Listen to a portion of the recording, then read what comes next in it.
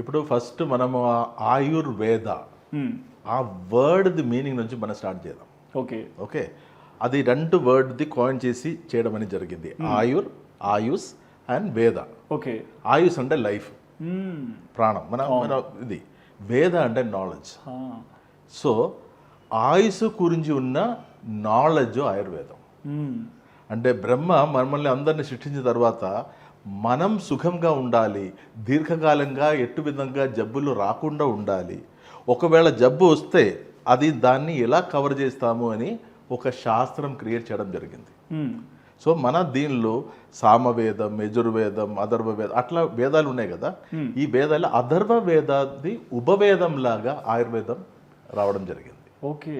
So అంత గొప్ప, అంటే దీనికన్నా మించిన ఒక వర్డ్ కాయినింగ్ అనేది ప్రపంచంలో ఎక్కడ జరగలేదండి, ఏ మెడికల్ సిస్టంలో కూడా. సో ఆయుష్, ప్రాణం ఉన్న దానిది వేదం, దానిది ఆయుష్ ఎలా నిలబడాలి, ఎలా క్షేమంగా ఉండాలి, ఆ దాని మీద ఉన్న నాలెడ్జ్ ఇస్